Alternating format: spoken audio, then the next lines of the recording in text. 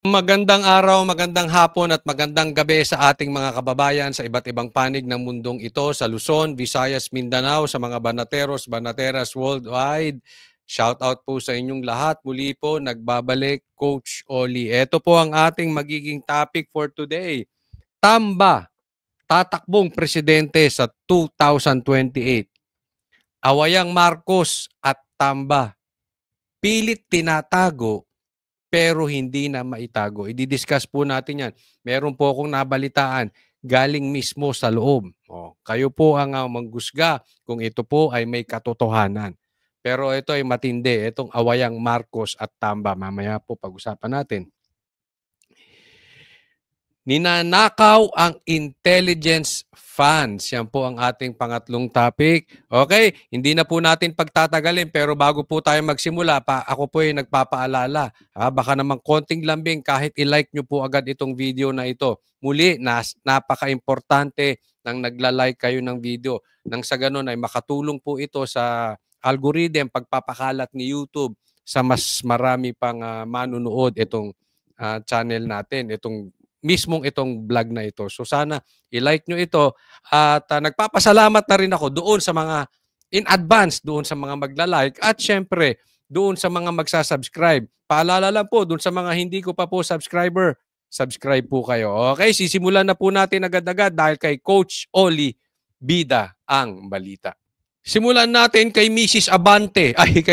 May asawa ba ito? Si Attorney Princess Abante. Nagmumukha na siyang princess. Tingnan ninyo. Bago tayo magsimula, pampagana muna. Ano ang makikita nyo dito kay Mrs. Copycat? Kay Miss Copycat. Bakit Copycat? Alam mo itong mag-amo. Ito si Tamba. At saka ito si Princess. Copycat. Gaya-gaya, di ba? Si Tamba, pilit ginagaya si BBM. Ito naman si Princess, copycat din. Pilit na ginagaya si Claire. Ayan. Tingnan mo ngayon, di ba? Nung unang lumabas ito si Princess, parang pinabili lang ng suka. Sa katunayan, sa Facebook, binabanat-banatan to. Mag-ayos ka naman. Mag-ayos ka. Tingnan nyo naman ngayon. Tingnan nyo ang make-up. Pak na pak! Uy! Parang hindi na siya mukhang pinabili ng suka. Mukhang pinag-grocery na siya sa supermarket. Mukhang, sige, mamili ka dyan sa marketplace or sa SM Annex. Tingnan mo naman, may ano pa talaga. With matching. Anong tawag ba dyan sa babae? Yung mga kwintas na ganyan, yung mga burloloy na mga bola-bolang. Ano ba? Perlas. Mga perlas ba yan? Alam nyo, hindi na ako magugulat kung sa susunod, naka-artista ban na rin to. Meron dati kasi teacher lang. Siguro wala pang isang taon, naka-artista ban na agad. Tapos, naka-signature. Mga mamahaling bag.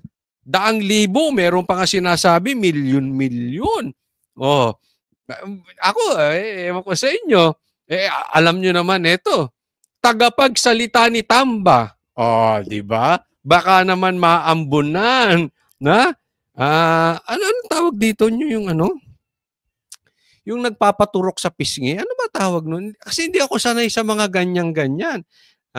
Baka sa susunod, yan na.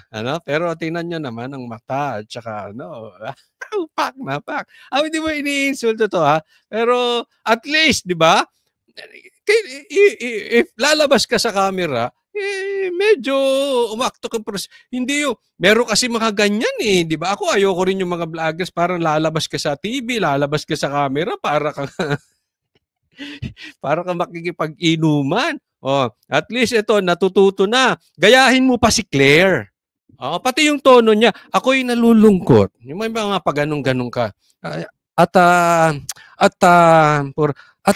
Tas paulit-ulitin mo rin yung banggitin yung taong bayan. Tapos ako'y nalulungkot sa mga nangyayari ngayon dahil ang taong bayan ay ang taong bayan at ang taong bayan.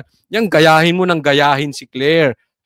para talagang asong ulol na talaga yung datingan. Parang kayong mga aso talaga nung mga mayayaman dyan sa palasyo at na mga politiko. Yan. At least, di ba? Yung kung kayo'y asong di kalidad. Di ba? Hindi yung para kayong askal. Tinan mo si Torre. Di ba? Pero ewan ko, si Torre kung pag inayusan ba yun, malalayo yung kanyang itsura kay Diwata o talagang kahit anong ayos gawin mo kay Torre, aayos. Pero improving. Okay? Sabi naman, sa Banateros, pag tama, palakpakan. Tama yan. Nagdadamit ka na ng maayos at nagme-makeup ka na at hindi ka parang si Franz Castro na haharap sa TV parang pinabili lang ng suka. O sige, diretso na po tayo sa balita. Don't you find it suspicious that the ombudsman will identify the House as a complainant? Bakit nga, 'di ba? Pero again, ang sasagutin ko lang sa inyo yung factual na meron ako. Ang mga tanong na yan, tatanungin ko din. Bastos! Ha? Eto, ulit. Spokesperson tinatanong, yung ihahain sa ombudsman, ang complainant, bakit tinuturo ang House? Bakit ang nagrereklamo ang tinuturo ay ang mga congressman? O etong bahay ni Tambaluslos? Ang sagot nyo sa tanong ay tanong din. Bakit nga ba? Antindi. Ito ang spokesperson. Matanong ko na rin kayo. Ilagay nyo na rin sa comment section. Type nyo yung makeup, type nyo. Ayos ba? Gumanda naman. Sige, diretso sa balita. Tatanungin ko din. Hindi ang House of Representatives ang naghain ng mga reklamo laban kay Vice President Sara Duterte. Anong balita? Hindi ang House o hindi ang House of Tamba ang naghain ng reklamo, ng complaint laban kay VP Sara sa Ombudsman. Okay? Huwag niyo kakalimutan. That is very important. Sa Office of the Ombudsman, kaugnay ng umano'y maling paggamit sa confidential funds ng kanyang tanggapan at Department of Education nang ito pa ang kalihim nito. Binigyan din ito ni Attorney Princess Abante, tagapagsalita ng House of Representatives. Ito ay matapos lumabas ang direktiba ng Ombudsman sa Office of the Vice President at mga isinasangkot na kawani ni VP Sara at DepEd kung saan pinaghahain ang mga ito ng counter affidavit at iba pang supporting documents kaugnay ng mga aligasyon laban sa kanila. Sa direktiba, ang House of Representatives Committee on Good... Ako sa tingin ko, sa tingin ko lang, hindi bobo ang Ombudsman. Kasi diyan pa lang, alam mo political, bakit mo kukwestiyonin yung confidential funds ni VP Sara? Sa lahat nga, siya halos ang pinakamababang confidential funds compared kay Marcos. At doon pa sa ibang mga secretary, etc., lahat po yan meron. Siya ang pinakamababa. And I don't think na ganun ka-stupid itong ombudsman para maniwala dito sa pakana ng House. Kasi alam naman nila yung katotohanan. Di ba? Bakit si VP Sara lang ang inaay? Siya lang ang talagang fino-focus, nililaser, kumbaga. Sara tayo, sirain si Sara, ganun. Di ba? Unless may political ambition din yung magdidesisyon dyan sa ombudsman. Pero I don't think so. Government and Public Accountability ang complainant. Pero ang ipinadala ng Kamara sa Ombudsman at iba pang ahensya ng pamahalaan ay kopya ng committee report ng House panel kaugnay ng isinagawa nitong legislative inquiry sa utilization ng confidential funds ng OVP at DepEd. Nakasaad sa committee report ang rekomendasyong maghain ng kaukulang criminal, civil at administrative cases laban kay VP Sara at ilang mga kawani nito. So, it appears that the Ombudsman acted upon the recommendation of the committee. What I know is that the House or the committee itself did not file any complaint.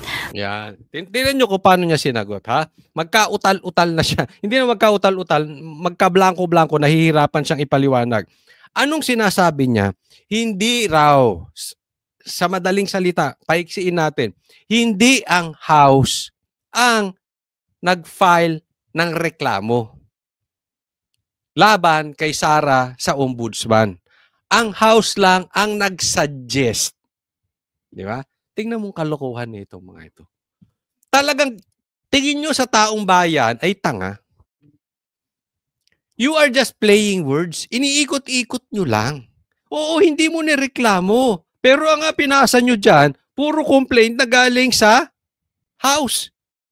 So tapos nirekomenda nyo na sampahan ng kaso itong si BP Sara. Oh, anong kalokohan yun? Kailangan mo pa ba maging grade 3 para maintindihan mong niloloko ka na itong mga ito? Hindi kami ang nag-complain. Nag-suggest lang kami. Uli, pakinggan nyo kung kaano kaloko-loko itong mga ito. Tingnan nyo sagot niya. So, it appears that... Tingnan nyo kung paano niya itatanggi. At sagot vlogger. Sagot iwas pusoy. It appears. Ang ginamit niya, it appears. Ililihis niya. It appears. Oh. The ombudsman acted upon the recommendation of the committee. Ayan, parang ipinasa niya sa ombudsman. It appears that the ombudsman acted upon the committee. Okay? So, yung ombudsman ang gumalaw. What I know, ang alam ko, is that the House or the committee itself did not file any complaint, but it appears that the ombudsman acted upon the recommendation. Ayan, sabi niya, ang pagkakaalam ko, hindi ang House ang nag-complain, sila lang ang nag-suggest. Ang pagkakaalam ko, wala kaming pakialam sa pagkakaalam mo. Lagi itong ganito sa aking paniwala, it appears. Sa pagkakaalam ko. Alam mo kung bakit? Exit yan. Ang tawag dyan, kailangan may exit.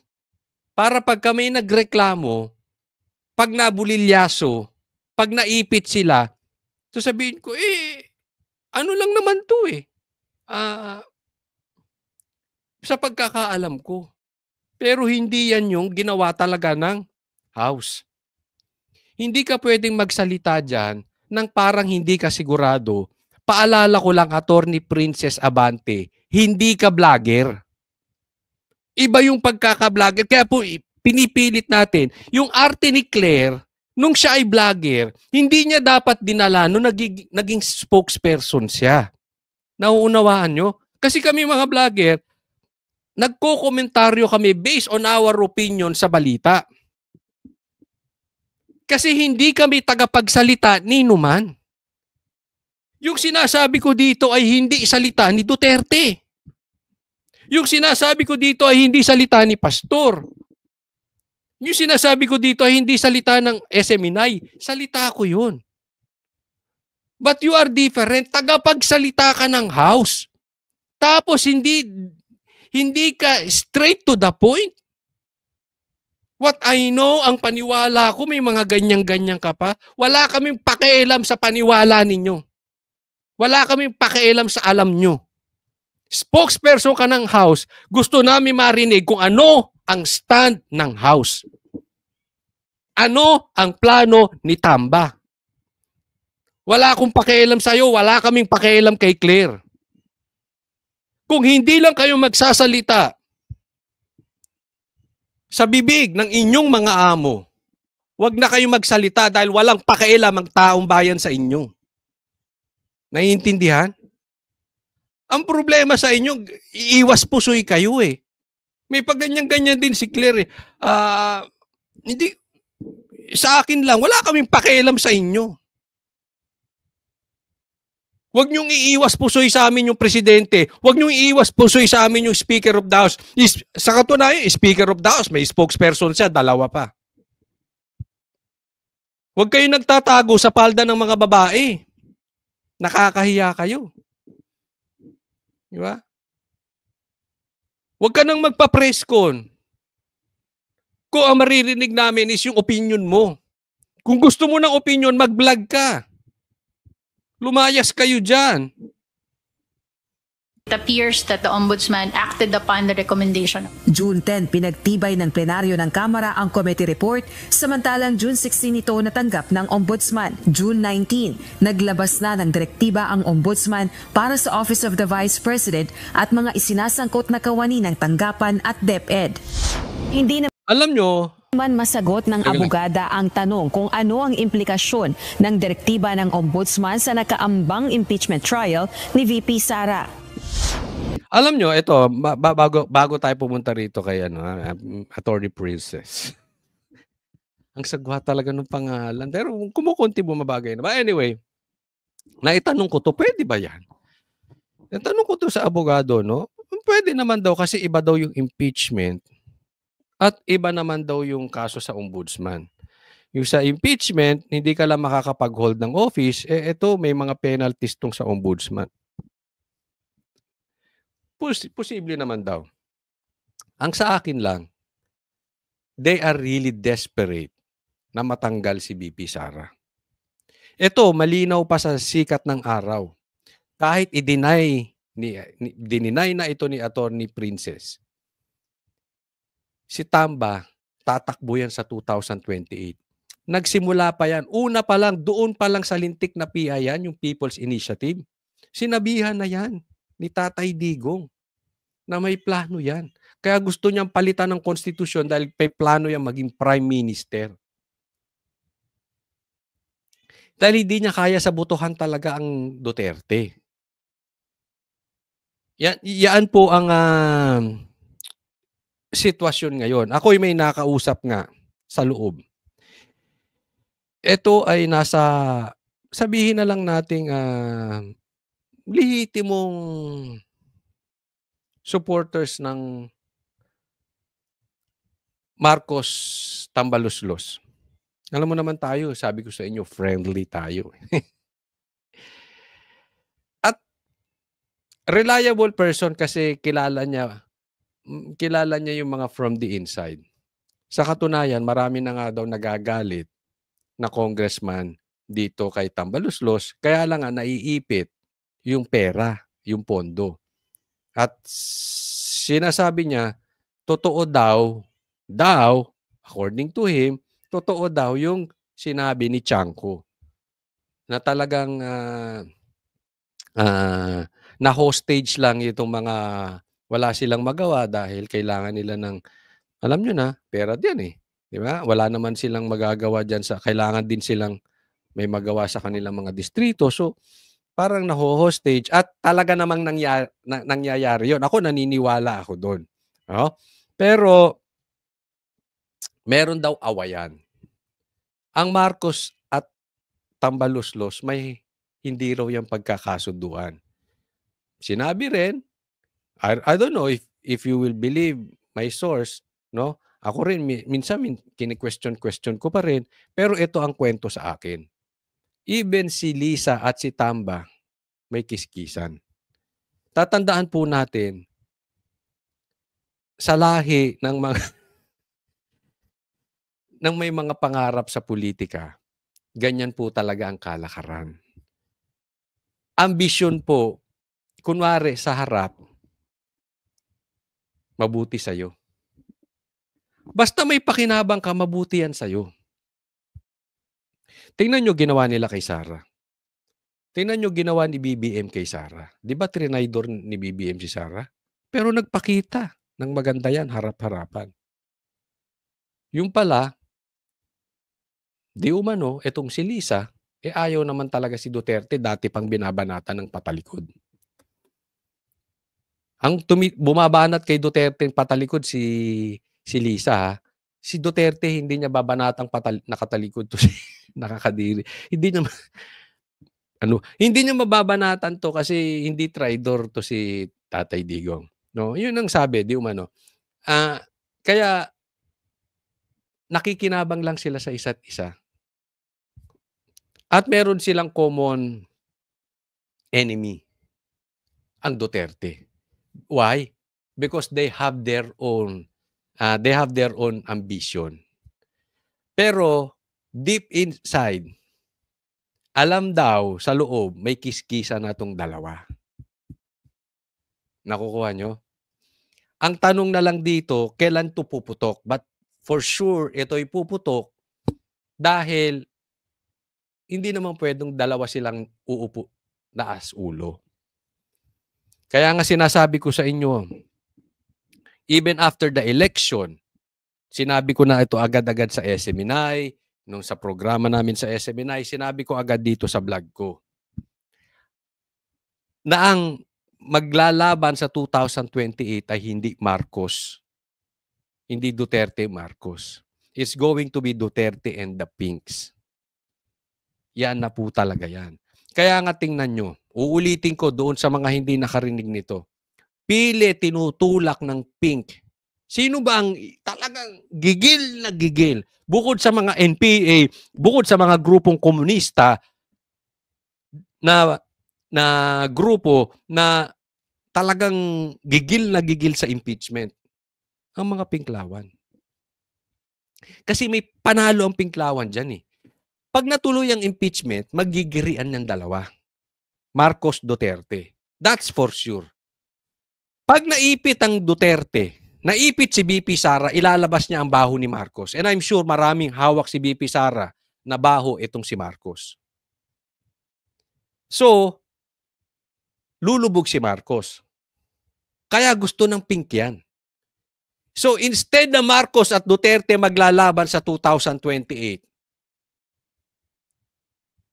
ang maglalaban Marcos ay Duterte, pink. Possibly Duterte, Tamba, and Bam tandem. Posible yan. Coach, napaka-imposible naman yan. Wala namang may gusto kay Tamba. Tatandaan po natin. Ayaw nga ito si Tamba pero nakakuha ng pirma. Malakas po sumigaw ang pera. Malakas po sumigaw ang kapangyarihan. Malakas sumigaw ang ano. Tingnan nyo, bagsak na nga si Tamba at si Marcos at trust rating. Pero sinong nakakulong? Si Tatay Digong. So hindi po posible yan. Kung hindi man tumakbo yan si Tamba, may patatakbuhin yan na kaya niyang hawakan sa liig. But the player would be the dilaw. Makakapasok. Di ba nabura na sa balat ng lupa yung mga dilaw? Na inudoro na nga yan eh. Di ba? Ito ang pagkakataon nilang mabalik. Pag natuloy ito ng impeachment, it's either sugat-sugat ang Marcos sa impeachment or si BP Sara ang sugat-sugat. In any case, ang makalaban ng pink ay ang Marcos or ang Duterte, panalo sila. At least, bakit? Kasama sila sa finals. Matalo man sila sa finals, kasama sila sa finals. Hindi katulad ngayon, irrelevant ang pink. Kaya nga ang Marcos nakikipagkuntsaba, kaya nga nakikuntsaba sa pula yan eh. Kaya nga nakapasok si Bam. At saka si Kiko. Bakit? Yung makinarya ng Marcos. Because this is a midterm election. Pero it shows na itong Marcos hindi kaya magpanalo. Hindi, mahina na talaga. Politically, mahina na. Lalong-lalo pagdating ng 2028. Pansinin nyo, at alam ko na, o-observe nyo na ito, isa-isa na pong naglalayuan ang mga politiko. Dumidistansya na po kay Marcos. Napansin nyo, yung 18-5 na votes diyan sa Kamara, yan po yung malakas na sigaw for BP Sara. Even si Lito Lapid, nakakampi ni Marcos, nagboto kay BP Sara. Ganyan po, nagkaroon ng pakinabang si Lito Lapid. Unti-unti na pong didistansya yan kay Marcos because midterm election and presidential election are two different election. Ang midterm, nasa makinarya ng presidente. Pagdating sa presidential election, wala na po yan. Distansya na po yan. Lalong-lalo si Marcos, alam nilang mabaho sa mabaho na sa labas. No? Kaya nga naman may gitgitan doon. Kasi itong ako hindi ako totally naniniwala dito sa but ito kwento from the inside. Hindi daw gusto itong kay yung klase ng pagdiin kay BP Sara dito sa impeachment kasi naman nadidiin din ng Marcos, no? Sabi, totoo ba yan magkakuntsa ba hindi? Talagang si Tamba raw ang gumagalaw dito. Ngayon nasa sa inyo na. Okay? Kinikwento ko lang ikwento ko sa akin. Pero kung titignan nyo, kung titingnan nyong mabuti, may katotohanan po. Nagtatagpi-tagpi po. Maybe not 100% accurate, pero nakikita nyo yung galaw. Si Tamba ayaw tumigil. Talagang patatalsikin si Sara. Hindi sila nakukontento sa impeachment. Hindi talaga pauulanan, kumbagat sa baril, kumbagat sa bala, pauulanan talaga ng bala si BP Sara. One fire is not enough. One shot is not enough for them. Talagang dadamihan nila. Kaya nga nung wala sa impeachment, sa tingin nila hindi sila roon. Hindi sila mananalo doon. Nag-hire hinar niya si Abante, hinar niya ito si Attorney Bucoy, dahil gusto nilang dalhin sa trial by publicity. Tapos reklamo naman sa ombudsman, baka doon nila makuha. Baka anggapangin nila yung ombudsman. Posibleng ganun. Hindi ko sinasabing papayag ang ombudsman, pero posibleng mangyari ngayon. And that is very, very possible if you connect the dots. Dahil sinabi ni PRRD na ganyan po si Tamba, hanggang ngayon may naglalabasang baho ni Tamba, ganyan. Tingnan nyo na lang yung sinabi ni Chanco. Di ba? So talagang hanggang sa dulo, hindi nila pauupuin ito si BP Sara. At pag tiningnan nyo, that is very possible. Bukod sa lahat ng yan, remember this, si Garcia ang nakaupo. Anong sabi ni BP Sara? Panalo ang Duterte. And look what happened. Lahat ng nasa posisyon, nasa bulsa nila. Isang ganun lang nila sunod. May katotohanan ba? O opinion mo lang, Coach Oli? You connect the dots. Tingin nyo, nangyayari ba ngayon? So, if you have Garcia, hawak mo ang pondo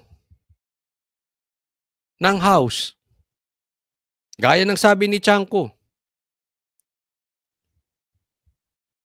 Nabili nga yung pirma. Plus yung trial by publicity. Posible yan.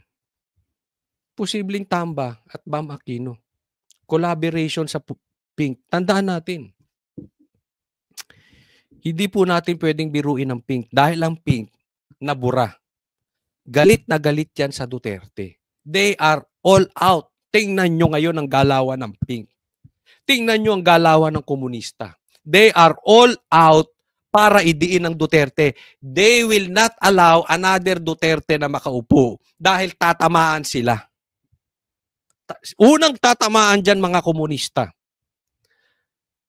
May mga pondo yan. Tandaan nyo, ang drug lords galit sa Duterte. At ang daming pera niyan.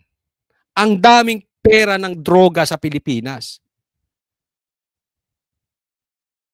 So, hindi ko sinasabing mga drug lords tong sila Tamba. Hindi po. Ang ibig ko lang sabihin, maraming ayaw makaupo kay Duterte dahil si Duterte nanindigan. And they saw it sa anak.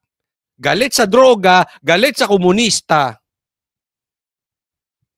galit sa NPA. And who's the man to beat? For this 2028, the woman to beat is BP Sara. So, magkuntsabahan man silang lahat, including yung mga illegal lords dyan, or hindi, pag pinagsama-sama mo yung efforts na yan,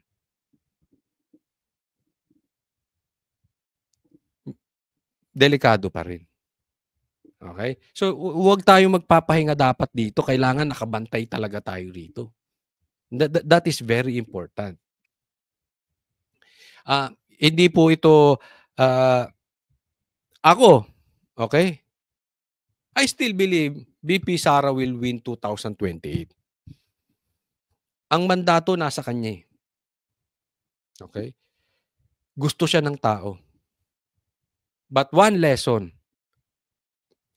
look at Duterte party list, Duterte Youth Party List.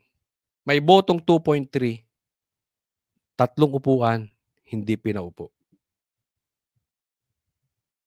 Look at Congressman Uy. Dineclare, na-proclaim, panalo, biglang nasilipan. Paano kung biglang silipan ng COMELEC? Paano kung biglang silipan ni Garcia si BP Sara? We cannot proclaim you kasi may kaso ka rito, may kaso ka rito, may kaso ka rito, may kaso ka rito. Di ba ganyan ang ginawa sa Duterte Youth Party List? Baka sabihin nyo, hindi, magwawala ang tao. Yes, I know, magwawala ang taong bayan. Ang sinasabi ko sa inyo, yung possibility. Yung mga small pieces are already in the position. Torre, Garcia, Remulla.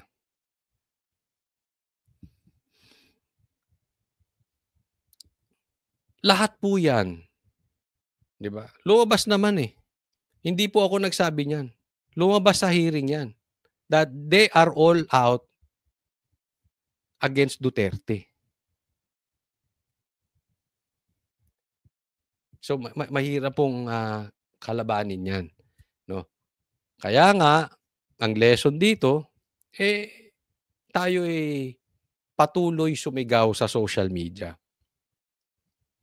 Ako sa tingin ko dapat talagang mag-resign na si Garcia. Malaking bagay 'yon. Sinabi ng taong bayan, panalo. Gusto namin ang Duterte Youth Party List. Sinabi ng taong bayan, gusto namin si Uy. Pero iba ang gusto nilang paupuin. At yun ang mauupo. Wala pang kopya ng direktiba ng Ombudsman ang spokesperson ng House of Representatives. Pero ang paniniwala nito, well, the Ombudsman should perform its duty. So, we will see what will happen sa ginagawa nilang investigation. Sa tanong naman kung hindi ba ito maikokonsiderang forum shopping o paghahain ng higit isang reklamo upang mapataas ang tsansa na maipanalo ang kaso, ang tugon nito, unang-una, hindi ang House ang nag-file ng complaint. So, ang in-initiate lang ng House ay yung impeachment trial through the transmission of the articles of impeachment. Samantala, ayon naman sa pahayag ng OVP, natanggap na nito ang order ng... Naniniwala kayo dito? Naniniwala kayo sinabi nyo? Na hindi raw House ang nag-file ng complaint. Sila lang ang nag-request pero hindi sila ang naghain. Di ba? Ano kayo si makagago? Ang lakas niyo makagago. Tama na nga sa'yo, Princess. So next topic tayo. Ito pa, isang patunay na hindi na maitago. Di ba? Naikwento ko kanina, hindi talaga pagkakasunduan ng Marcos at Tambaluslos. Pero ito, isa pang halimbawa na talagang hindi na nila maitago ang awayang Marcos at Tambaluslos. Sinagot ni Senador Amy Marcos ang mga tirada sa kanya ng tagapagsalita ng Kamara na si Attorney Princess Abante. Ito ay matapos magbigay ng komentaryo ang senadora sa San Juanico Bridge sa press briefing nito sa Senado noong June 5. Tinitingnan ko from 2018 to 2025, ang liit-liit lang na binibigay, halos pintura lang yata at konting rehab, may 451 million lang ang linalagay dun sa tulay mismo. At yung inaakala namin pang repair ng ating tulay, 4 4.7 billion. Mga kalsada lang pala yun. Mawawalan sila ng kurakot, Aimee. Oy, Coach Oli, Aiminatics ka, hindi, no? Hindi, alam mo, nakakadiri yun nung tuwak mong sa 2022, Marcos Duterte. Tapos noon, nagkaloko-loko tayo. Tapos, tatakbo pa sa Duterte, Marcos naman. Kalokohan yun, hindi ako Aiminatics. Pero ito, tama yung sinasabi niya dito. Saan napunta yun? Nakurakot yun. Laking pera. Pintura at kalsada lang pala ang ginagawa. Talaga naman na-neglect ng todo-todo ng bonggang-bongga yung tulay. Ngunit sa press briefing ng Kamara noong Miyerkules, ikaw na naman, Princess! Lamang kayo ng balita, ha? Talaga naman, ha? Talagang sinusulit mo yung pak na makeup mo, ha? dinipensahan naman ng spokesperson nito si late 1st District Representative at House Speaker Martin Romualdez. Ani Abante, may mga budget naman na inilaan para sa San Juanico Bridge simula pa noong 2018 bago pa maitalaga na House Speaker si Romualdez. Siguro, si Senator Aimee. Anong siguro? Hindi po pwede. Ano ka, vlogger? Bakit siguro? Dapat sigurado ka. Huwag ka nagsasalita dyan. Kung hindi ka sigurado, tagapagsalita ka, hindi ka sigurado. Anong siguro? Since she is very much concerned, talangan din natin tanongin, ano naging ambag niya bilang senador na kasama naman sa tungkulin niya ang pag-ayos ng budget ng bansa dun sa pangangalaga ng San Juanico Bridge. Ngayon, naku, binanata ko nga naman, Aimee. Dakdak ka ng dakdak, wala ka namang ambag. Di ba? Wala ka naman talagang naitulong, Aimee. Tapos ngayon, dadakdak ka. O, di tatama. Sabi nga sa Banateros, pag tama, palakpakan. Pinalakpakan kita dito. O, baka sabihin nyo, hindi ko pinapalakpakan si Princess. O, palakpakan natin yan, no? Malaki yung tenga. Totoo naman Anong naambag mo, Aimee? Alaus. Wala kang niambag dito sa Pilipinas. Hindi, doon lang sa San Juanico Bridge. Ikaw naman, Coach Oli, masyado ka excited. Anong ambag mo? Yeah.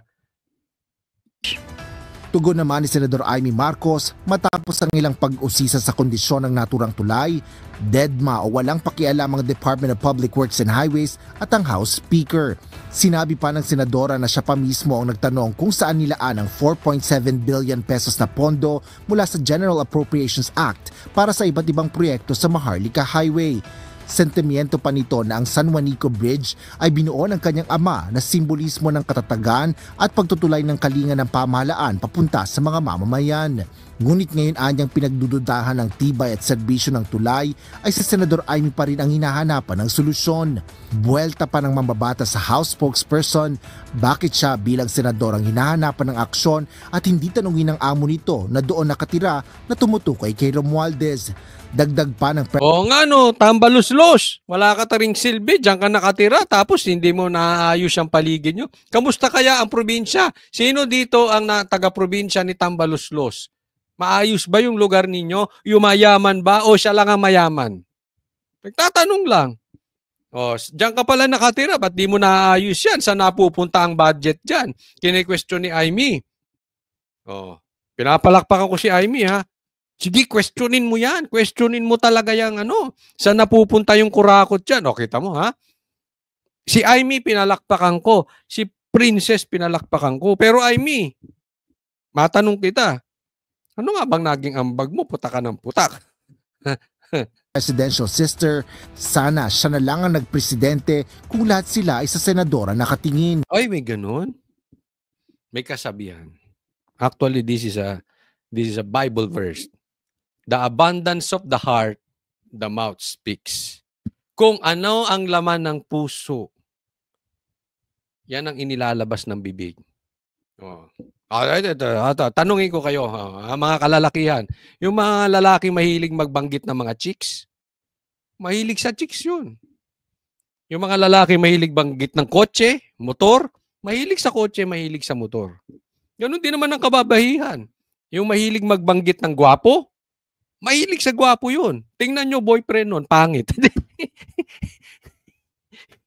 Kaya hanap ng hanap. Oh, yung babaeng mahilig sa pasyal. Ang panayang banggit niyan, pasyal. Di ba? So, ganun lang yun. Ako, naniniwala ako dyan kung ano madalas banggitin, yun yung nasa puso. No? Eh, mukhang may plano talaga to si ano. Ha? Sana hindi ka gumaya sa kapatid mong budol, pero palagay ko, budol ka rin. Budol ka rin. Pero, tingnan natin. Ha? Pero, ayan ang dulo niyan. Gusto nito maging presidente, pambihira. Pilipinas kung mahal, hindi na tayo nagsawa. Hindi na tayo hindi na maaalis sa buhay natin ng Marcos. Hanggat hindi maalis sa buhay natin ng Marcos, hindi tayo aasenso. Ay, ang dami pa namang nabubudol nito. Yung iba nga, matatalino pa. Nabubudol. Pero, may alam ako. Pero hindi ko na lang sasabihin. Bakit sila nabubudol? Public knowledge naman yun. Alam naman lahat ng mga vloggers yun eh. Sige, tuloy. Wala pang tugon ang panig ng DPWH at House Speaker kaugnay nito. Asher ka dapat. Pero tingnan mo ha. Yung tagapagsalita ni Tamba, binabanata na si Amy. Diyan pala makikita nyo, may problema na. BBM, Amy, Lisa, Amy, Tamba, Amy, Tamba, BBM. Sila magulo. Kasi lahat yan gustong pumalit kay BBM. Si BBM naman gusto ma-retain ang posisyon. As much as possible, ma-retain niya yung power. Kung hindi man siya makatakbo, merong patatakbuhin niyang bata niya. No? So lahat siya nagtatalo-talo. For what? Money, power, fame. Greedy. Ganyan po yung mga yan. Kaya hindi nila talaga basta-basta bibitawan ng kanilang posisyon. Dito, unti-unti. Tagaan nyo sa bato, unti-unti, you will see the rift between the Marcoses and the Romualdez. Antay lang po tayo. As we get closer sa 2028, masasabi nyo, maalala nyo yung sinabi ko. Tama yung sinabi ni Coach Solly. Unti-unti na nangyayari. Diba? Prinidig ko rin naman, budol yan si Marcos kaya hindi namin sinuportahan eh. Diba? Ano sabi namin? May mga Trojan horse yan. Diba? Unti-unti na rin naglalabasan yung pagkabudol niyan. Ngayon, sabog na yung pagkabudol niyan. Hindi lang unti-unti. Sabog na. Diba? Tumama naman. Tumama naman yung aming sinasabi. Next topic po. Ito, ninakaw na intelligence funds. Ninanakaw, pati intelligence funds. Baka tumalino kayo ng todo niyan. Gusto ko lang bigyan ng komentaryo to. Kinontra ng Malacanang ang naging pahayag ni dating presidential spokesman Harry Roque na fake news si Justice Secretary Crispin Remulla sa pagsasabing tinanggihan ng the Netherlands ang hiling niyang political asylum. Ayon kay Palace Press Officer Yusek Claire Castro, dapat tandaan ni Roque na mayroong intelligence assets ang Department of Justice. Sa ganitong paraan... Ito raw, tinanggihan daw yung asylum na inaplayan ni Roque. Ang sabi naman nitong si Claire, di nyo alam, merong intelligence sila. Ang sabi naman ni Roque, yung meron sila, saan napupunta yung pera na ibinabayad nyo dyan sa intelligence nyo? Kasi wala naman kayong intelligence, mga bobo kayo. Parang ganun yung sinasabi ni Roque kasi mali-mali daw ang info ni Boying. So saan napupunta yan? Kinukurakot nyo pati intelligence funds? Parang ganon. Anya, nakukuha ng pamahalaan ang mahalagang impormasyon. Nagpasalamat naman. Sabi na nakukuha ang mahalagang impormasyon. Kung nakukuha nyo impormasyon, bakit hindi nyo mahuli si Roque? Bakit hindi nyo mapauwi? Yun ang punto ni Roque. Ang palace official kay Roque sa pag-anunsyo ng kanyang mga hakbang. Siguro po, wag natin kalimutan na may intelligence assets ang Department of Justice at ibinibigay nila ang mga karapatang impormasyon sa Department of Justice. At nagpapasalamat tayo because Attorney Harry Roque has been telegraphing his punches. Sinasabi niya, nagpapasalamat tayo dahil telegraph yung binibitawan ni Roque. Ibig niya sabihin, parang doon, yung kadadaldal mo, Roque, nalalaman namin yung hakbang mo. Alam mo, ang nakikita ko dito sa mga ito, para silang mga bata. And the government and DOJ, we are ready for you. Di ba? Okay. Alam mo, para silang mga grade 1, grade 2. Para kayong mga grade 1, grade 2 na nag-aaway na bakla. Ang dadaldal nyo kasi. Di ba? Kasi, tingnan nyo mabuti.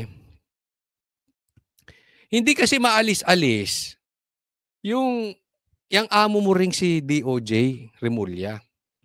Dakdak din kasi ng dakdak. Ganyan na style niyan eh. Huhulihin namin si Tebes, huhulihin namin si Bantag, ang daming gustong hulihin. Dakdak ng dakdak. Kailan lang naman nila nahuli si Tebes pero ang tagal-tagal na niya sinasabi. Si Bantag nga hanggang ngayon laya pa rin eh. Tapos si Claire pa magsasabi na thank you kay Roque na natitelegraph yung kanyang mga punches. Ang madaldal yung amo mo.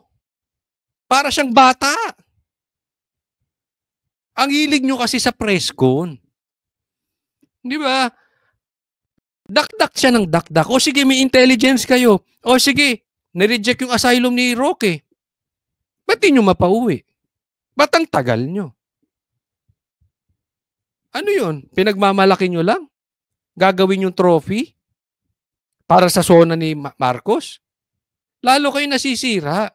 Kung tumatahimik na lang kayo, Claire, at sinasabihan mo si SOJ, Boying, na tumahimik na lang at gawin yung trabaho niya, edi pagdating niya rito, huli niya na, o kita mo? Eto na si Roque. Ganun ang trabaho. Tahimik, pero effective. Parang babae itong si SOJ, kadaldal. Ang tagal naman manghuli, tsamba pa.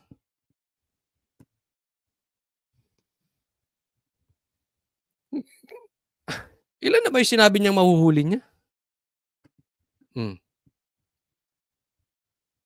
Tapos masisisi mo si Roque? Siyempre sasagot yun. Pinipake news nyo eh. So hindi natin alam kung sino nagsasabi ng totoo. Si Remulla o si Roque. Na-deny nga ba ang asylum o hindi na-deny? Pero sa akin hindi yun ang issue. Anong nangyayari sa gobyerno mo, Marcos? Puro kayo optics. Puro kayo pintura sa labas. Puro kayo panglabas lang. Gawin nyo yung trabaho ninyo. Ito try nyo. Trabaho muna, resulta muna, bago announcement.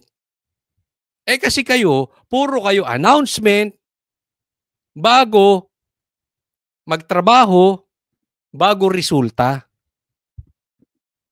Kaya mas marami pa kayong tingnan mo si Tory kung anong ginagawa ngayon. Vlogger na rin ata ito si Tory. Ka-desperate niya na mag-viral. Pati si Rendon kinuha. Tingnan mo utak ng gobyerno na pinagsisilbihan mo, Claire. Kung gaano ka-cheap. Magtrabaho muna kayo. Huwag kayo puro Mr. Announcement, Mr. Mrs. Announcement kayo, attorney announcement kayo. O para doon sa mga hindi pa po nakasubscribe kay Coach Oli, sana subscribe nyo po itong channel ko. And huwag pong kakalimutan, very important po yung like. Maraming salamat po sa sumusubaybay dito sa channel ko. Para sa Diyos at Pilipinas nating mahal, Coach Oli po.